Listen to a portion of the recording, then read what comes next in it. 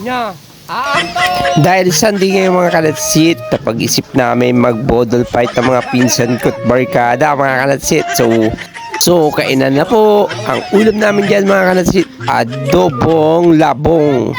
At may halong paa ng manok mga kalatsit. Simpleng ulam lang pero masaya mga kalatsit. Ang sarap ng pagkakaluto nito mga kalatsit sa ang daming sili. Napakadaming sili mga kalatsit ang nilagay sa aming adobo.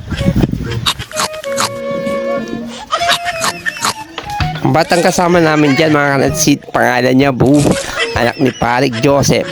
Shoutout sa'yo Brel, alias Bu. Alikas ko lewa dyan nunod ng Parik Chris. Di sila pasukanan to kuno.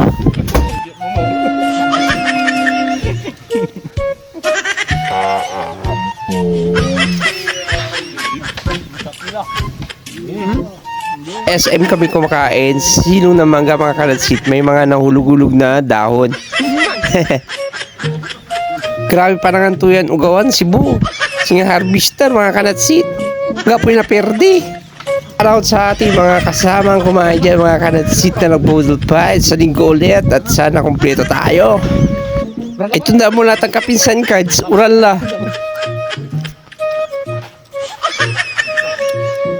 Matibay na mukbangers mga kalatsit si Boss Pats. Boss Pats!